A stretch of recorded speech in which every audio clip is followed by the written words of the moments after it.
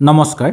মিথুন ৰাশিত সূৰ্য আৰু বুধৰ মিলন ঘটিবলৈ গৈ আছে, যাৰ ফলত ভদ্ৰ ৰাজযোগ গঠন হ'বলৈ গৈ আছে, নাইবা বুদ্ধাদিত্য ৰাজযোগ গঠন হ'বলৈ গৈ আছে, যাৰ ফলত চাৰি ৰাশি জাতক জাতিকাসকলৰ আৰম্ভ হ'ব সোণালী সময়।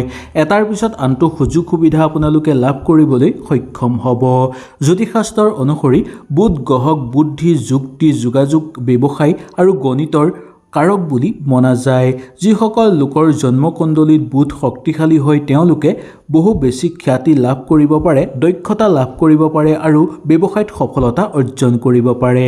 আনহাতে যিসকল লোকৰ বুধ দুৰ্বল হৈ থাকে, তেওঁলোকে সিদ্ধান্ত লোৱাৰ ক্ষেত্ৰত অসুবিধাৰ সন্মুখীন হয় আৰু ব্যৱসায়িক বাণিজ্যৰ ক্ষেত্ৰত বহু বেছি অসুবিধা বা বাধাৰ সন্মুখীন হ'বলগীয়া হয়। আহক তেনেহ'লে এই চাৰি ৰাশিৰ বিষয়ে আমি সুন্দৰভাৱে জানি লওঁ। যদি ভিডিঅ'টো ভাল লাগে, লাইক এটা কৰি আমাৰ মনোবল বঢ়াব আৰু আপোনালোকৰ বন্ধুবৰ্গৰ লগত শ্বেয়াৰ কৰি তেওঁলোককো উপকৃত কৰিব। 1 নম্বৰ ৰাশিটো হৈছে মেঘ ৰাশি। মেঘ ৰাশিৰ জাতক জাতিকাসকলৰ ওপৰত অত্যন্ত শুভ প্ৰভাৱ পৰিবলৈ গৈ আছে। এই ৰাশিৰ জাতক জাতিকাসকলে এটাৰ পিছত আনটো সুযোগ সুবিধা লাভ কৰিব পাৰিব। বুদ্ধাদিত্য আৰু ভদ্ৰ ৰাজযোগৰ প্ৰভাৱৰ ফলত আপোনালোকৰ উন্নতিৰ পথ মুকলি হৈ পৰিব। চাকৰিত পদোন্নতি হোৱাৰ সম্ভাৱনা দেখিবলৈ পোৱা যাব। নতুন চাকৰি পোৱাৰ সপোন আপোনালোকে যদি পুহি ৰাখিছে, সেই সপোন আপোনালোকৰ পূৰণ হৈ পৰিব। নতুন আয়ৰ উৎস সৃষ্টি হ'বলৈ গৈ আছে, সফলতা আপোনালোকে লাভ কৰিব পাৰিব। সামাজিক ক্ষেত্ৰত খ্যাতি বৃদ্ধি পাবলৈও সক্ষম হোৱা দেখিবলৈ পোৱা যাব।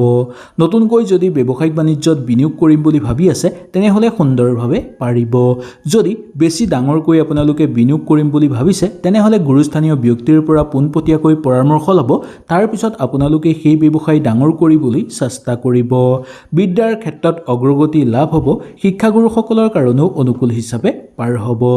ৰাজনৈতিক ক্ষেত্ৰত আপোনালোকৰ উৎসাহ বৃদ্ধি পাবলৈ ধৰা দেখিবলৈ পোৱা যাব। ঘৰলৈ নতুনকৈ শুভ প্ৰভাৱ আহিবলৈ ধৰিব আৰু ঘৰত আপোনালোকৰ যদি কিবা মূল্যৱান সম্পদ ক্ৰয় কৰিম বুলি ইচ্ছা আছে, তেনেহ'লে নিঃসন্দেহে আপোনালোকে পাৰিব। কাৰ্যকৰী পৰিকল্পনা সিদ্ধি হৈ পৰিব। ঘৰত যদি কাৰোবাৰ বিয়া বাৰুৰ কথা আলোচনা কৰিম বুলি আপোনালোকে ভাবি আছে, তেনেহ'লে সুন্দৰভাৱে পাৰিব। পাবলগীয়া অৰ্থ ঘূৰাই পাবলৈ সক্ষম হ'ব। শত্ৰুৰ পৰাক্ৰম কমিবলৈ ধৰিব। লগতে সামাজিক ক্ষেত্ৰত খ্যাতি বৃদ্ধি পাবলৈ ধৰাৰো যোগ দেখিবলৈ পোৱা যাব। অৰ্থৰ নতুন নতুন পথ মুকলি হ'বলৈ ধৰিব। অৰ্থ বিনিয়োগৰ ক্ষেত্ৰতো এই সময়খিনি অত্যন্ত শুভ সময় বুলি আপোনালোকৰ ক'ব পৰা যায়। ঠিকা ঠুকলি কৰি চলি থকা লোকসকলৰ কাৰণে ভাল খবৰ আহিব পাৰে আপোনালোকৰ ঘৰলৈ। যুটীয়াভাৱে ব্যৱসায়িক বাণিজ্য কৰা লোকসকলৰ কাৰণে অৰ্থ লাভৰ যোগ হ'ব আৰু আপোনালোকে সেই অৰ্থ সুন্দৰভাৱে জমাও কৰিব পাৰিব।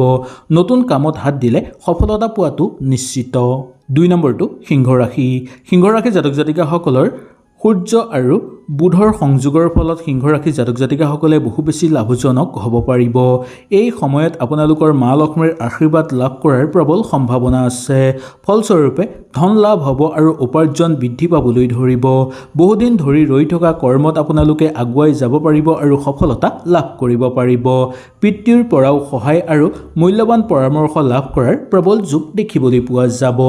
শিক্ষাৰ মানদণ্ড বৃদ্ধি পাবলৈ ধৰিব। প্ৰেম আৰু দাম্পত্য জীৱনত আপোনালোকৰ কৰণীয় দায়িত্ব সুন্দৰভাৱে পালন কৰিবলৈ চেষ্টা কৰিব। ইয়াৰ উপৰিও প্ৰেম আৰু দাম্পত্য জীৱনত সংগ সুখ লাভ কৰিব পাৰিব। কেৰিয়াৰৰ ক্ষেত্ৰত নতুন সুযোগ লাভ কৰিব পাৰিব। অৰ্থৰ উপাৰ্জনৰ নতুন নতুন বাট মুকলি হ'বলৈ ধৰিব।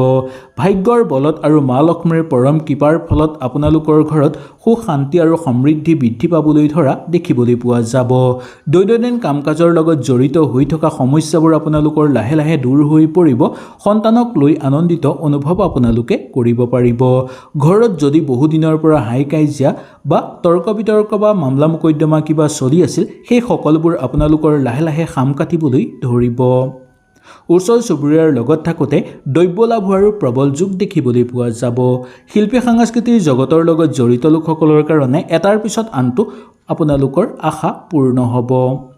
মা লক্ষ্মীৰ পৰম আশীৰ্বাদৰ ফলত আপোনালোকৰ সকলো পৰিকল্পিত কাম সুচাৰুভাৱে হৈ পৰা দেখিবলৈ পাব। যি কাম আপোনালোকে হাতত ল'ব, সেই কামো আপোনালোকৰ সম্পূৰ্ণ হৈ পৰাৰ প্ৰবল সম্ভাৱনা দেখিবলৈ পোৱা যাব। কৰ্মক্ষেত্ৰত প্ৰবলভাৱে ধন লাভ হ'বলৈ ধৰিব আৰু উপাৰ্জন বৃদ্ধি হ'ব। লগতে জমাৰ সংখ্যাও আপোনালোকৰ বৃদ্ধি পাবলৈ ধৰা দেখিবলৈ পোৱা যায়। 3 নম্বৰ ৰাশিটো হ'ল কন্যা ৰাশি। কন্যা ৰাশি জাতক জাতিকাসকলৰ সূৰ্য আৰু বুধৰ মিলনৰ ফলত আপোনালোকৰ যথেষ্ট শুভ প্ৰভাৱ পৰিব। ব্যৱসায়িক বাণিজ্যৰ লগত জড়িত লোকসকলৰ কাৰণে সম্প্ৰসাৰিত হোৱাৰ যোগ দেখিবলৈ পোৱা যাব, যাৰ ফলস্বৰূপত আপোনালোকে বহু লাভ বৃদ্ধি পাব।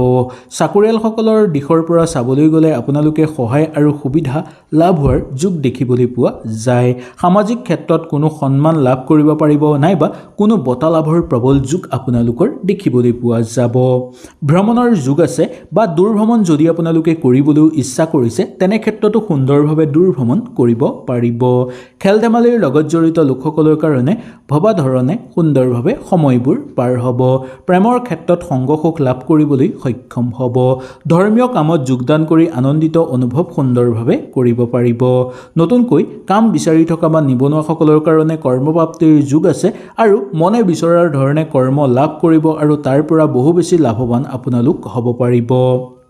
কিবা ক্ষেত্ৰত যদি আপোনালোকে বিনিয়োগ কৰিম বুলি ইচ্ছা কৰিছে পাৰিব। মনত ভাবি থোৱা পৰিকল্পনা আপোনালোকৰ সিদ্ধি হ'ব আৰু মা লক্ষ্মীৰ পৰম কৃপাৰ ফলত আপোনালোকৰ সকলো মনৰ আশা পূৰ্ণ হৈ পৰাৰ যোগ দেখিবলৈ পোৱা যায়। ঘৰ পৰিয়াল বা ওচৰ চুবুৰীয়াৰ পৰা সম্পূৰ্ণভাৱে সহায় সহযোগিতা আৰু উৎসাহ লাভ কৰাৰ যোগ দেখিবলৈ পোৱা যাব। নতুনকৈ কিবা কামত আপোনালোকে অংশগ্ৰহণ কৰিম বুলি যদি ভাবিছে নিঃসন্দেহে আপোনালোকে অংশগ্ৰহণ কৰিব পাৰিব। যুটীয়াভাৱে ব্যৱসায়িক বাণিজ্য কৰা লোকসকলৰ কাৰণে লাভৱান হোৱাৰ যোগ দেখিবলৈ পাব। সেই ব্যৱসায়ত বিনিয়োগ কৰিবলৈও যদি আপোনালোকে ইচ্ছা কৰে সুন্দৰভাৱে বিনিয়োগ কৰিব পাৰিব। ঘৰলৈ নতুনকৈ ভাল খবৰ অহাৰ আগমন দেখিবলৈ পোৱা আপোনালোকক যাব পাৰে। ঘৰত কাৰোবাৰ বিয়া বাৰুৰ কাৰণে কথা চলিব পাৰে নাইবা আপোনালোকৰ ঘৰত কাৰোবাৰ পৰা বিবাহৰ প্ৰস্তাৱ অহাৰ প্ৰবল সম্ভাৱনা দেখিবলৈ পোৱা যায়। 4 নম্বৰটো তুলা ৰাশি। তুলা ৰাশিৰ জাতক জাতিকাসকলৰ সূৰ্য আৰু বুধৰ সংযোগৰ ফলত আপোনালোকৰ ভাগ্য শক্তিশালী হৈ পৰিব। প্ৰায় সকলো কৰ্মতে আপোনালোকে সফলতা অনুভৱ কৰিব পাৰিব। ঘৰৰ ডাঙৰসকলৰ সন্মান আৰু পৰামৰ্শ আপোনালোকে ল'বলৈ একেবাৰে নাপাহৰিব। এই সময়খিনি আপোনালোকৰ কাৰণে ধন লাভৰ যোগ আৰু বেংকৰ লেনদেনৰ ক্ষেত্ৰতো আপোনালোকৰ অত্যন্ত শুভ প্ৰভাৱ দেখিবলৈ পোৱা যায়। ভ্ৰমণৰ যোগ গঠন হ'বলৈ গৈ আছে। ইয়াৰ ফলত আপোনালোকৰ কাৰণে শুভ হ'ব আৰু ফলস্বৰূপ হোৱাৰ যোগ দেখিবলৈ পোৱা যাব। স্বভাৱ চৰিত্ৰ আগতকৈ আপোনালোকৰ আৰু অধিক উন্নত হৈ পৰাৰ সম্ভাৱনা আছে। শিক্ষাৰ মানদণ্ড বৃদ্ধি পাব আৰু শিক্ষাত প্ৰবল অগ্ৰগতি হ'বলৈ ধৰিব। শিক্ষাগুৰুসকলৰ স্বাস্থ্য উন্নত হৈ পৰিব আগৰ তুলনাত। প্ৰেম প্ৰীতি বা প্ৰেম আৰু দাম্পত্যৰ ক্ষেত্ৰত আপোনালোকৰ অনুকূল হৈ পৰিব।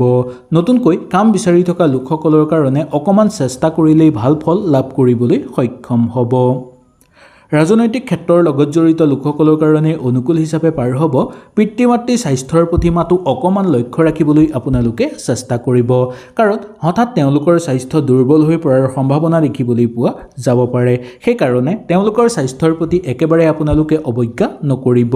পাবলগীয়া ধন ঘূৰাই পাবলৈ সক্ষম হ'ব আৰু কোনো ব্যৱসায়ত যদি ধন বিনিয়োগ কৰিম বুলি আপোনালোকে ভাবিছে তেনেহ'লে লাভৱান আপোনালোক হ'ব পাৰিব। বেংকৰ বেলেঞ্চ আপোনালোকৰ বৃদ্ধি পাবলৈ ধৰা যোগ দেখিবলৈ পোৱা যায়। দাম্পত্যৰ ক্ষেত্ৰত সুখ শান্তি আৰু সমৃদ্ধি বৃদ্ধি পাবলৈ ধৰা দেখিবলৈ পোৱা যাব। কৰ্মক্ষেত্ৰত চলি থকা সমস্যাবোৰ আপোনালোকৰ দূৰ হৈ পৰিব। নতুনকৈ কিবা কামত হাত দিব বিচাৰিলে দিব পাৰিব আৰু নতুনকৈ কিবা কাম আৰম্ভ কৰাৰ ক্ষেত্ৰতো আপোনালোকৰ অনুকূল প্ৰভাৱ দেখিবলৈ পোৱা যায়। ঠিকা ঠুকলি কৰা লোকসকলৰ কাৰণে সুখবৰ নামি আহিছে বুলি ক'ব পাৰি। হয়তো সুন্দৰভাৱে আপোনালোকে বুজি পালে। আপোনালোকৰ যদি কিবা অসুবিধা থাকিলে নিশ্চয় মোক তলত কমেণ্ট কৰি জনাব। তেনেহ'লে আজিলৈ আপোনালোকৰ ওচৰৰ পৰা বিদায় লৈছোঁ। কালিলৈ পুনৰ আপোনালোকক লগ পোৱাৰ প্ৰতিশ্ৰুতিৰে আজিলৈ নমস্কাৰ।